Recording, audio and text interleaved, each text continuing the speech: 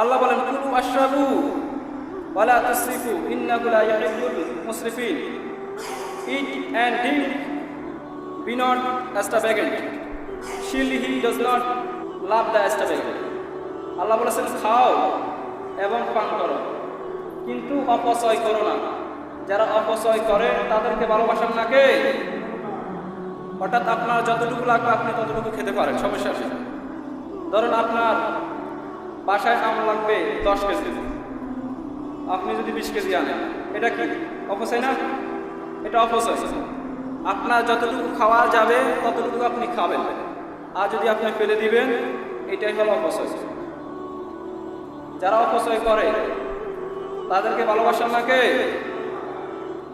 আল্লাহর হাবিব সাল্লাল্লাহু আলাইহি ওয়াসাল্লাম বলেছেন কুলু ওয়াশরাবু, তোমরা খাও, ওয়া তাসাদ্দাকু, মানুষদেরকে দান করো, ওয়াল বাসু করো, অর্থাৎ আপনার টাকা আছে, পয়সা আছে, আপনি সুন্দর সুন্দর জামা গায়ে দিবেন, এতে কোনো সমস্যা নাই।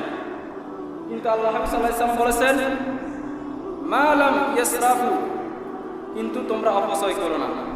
কি করো না? অপচয় করো না। অপচয়কারীকে ভালোবাসেন না কে? ইন্নাল মুবাযযিরিনা কানু ইখওয়ানাশ শায়াতিন ওয়া কানা আশ-শাইতানু লিরাব্বিহি কাফুরা।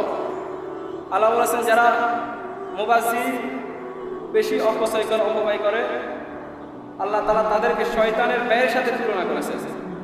আর শয়তান আল্লাহ ইবাদতের ব্যাপারে খুবই অকৃতজ্ঞ।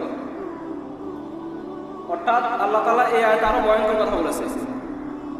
ওইখানে বলেছে অপচয় করো না, এখানে বলেছে যারা অপচয় করে। মুবাযযির তাফসীর, ইসরাফ হলো আপনার যতটুকু লাগবে ততটুকু থেকে বেশি নিলে, এটাকে বলা অপচয়। এটাতে আপনার গুনাহ হবে, কিন্তু আপনি শয়তানের ব্যয় হলেন না। কিন্তু বিভিন্ন জায়গায় গানে কনসার্ট চলতেছে, সেখানে আপনি একবারে হাত খুলে দান করছেন, এরকম আছে না নাই? জুয়ার মঞ্চে, গানের মঞ্চে অনেকে বেশি বেশি দান করে। যদি বলা হয় এখানে শিল্পী আনা হবে, সেখানে আপনি একবার হাত খুলে দান করেছেন, এটাকে বলা হয় মুবাযযির। এই যারা মুবাযযির, খারাপ কাজে বেশি বেশি দান করবে, আল্লাহ তাআলা তাদেরকে শয়তানের ব্যয়ের সাথে তুলনা করেছে। নাউজুবিল্লাহ বলেন। এই জন্য অপচয় করা যাবে? কখনোই অপচয় করা যাবে না।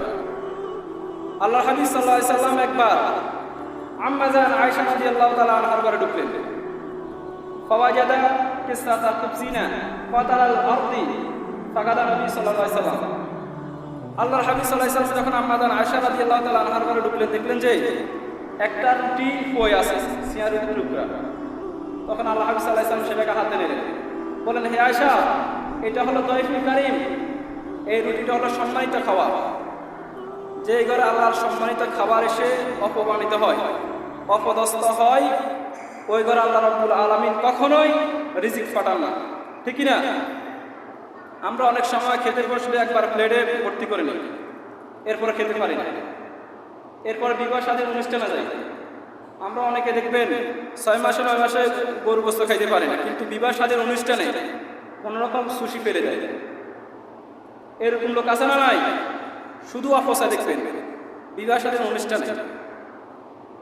আমরা যে খাবারগুলো অপচয় করে ফেলি, এই খাবারগুলো খাওয়া অনেকের স্বপ্ন, ঠিক না? আমরা যে খাবারগুলো খেয়ে অপচয় করে ফেলি, ফিলিস্তিনের মানুষরা, মুসলমানরা এই খাবারগুলো খেতে পারে না। আমরা যে খাবারগুলো ফেলে দিই, এই খাবারগুলো যদি ফিলিস্তিনের লোকেরা খায়, তারা তাদের জীবনটা বেঁচে যায়। কিন্তু আমরা শুকরিয়া আদায় করি না, আমরা শুধু অপচয় করি। আমরা খেতে পারি এতটুকু, আমরা একবারে নিয়ে ফেলে এতটুকু। এরকম আছে না নাই? এই জন্য আজকে থেকে খাবার অপচয় করা যাবে? খাবার অপচয় করবেন না। কারণ যারা অপচয় করে, যারা অপব্যয় করে, তাদেরকে ভালোবাসেন না কে?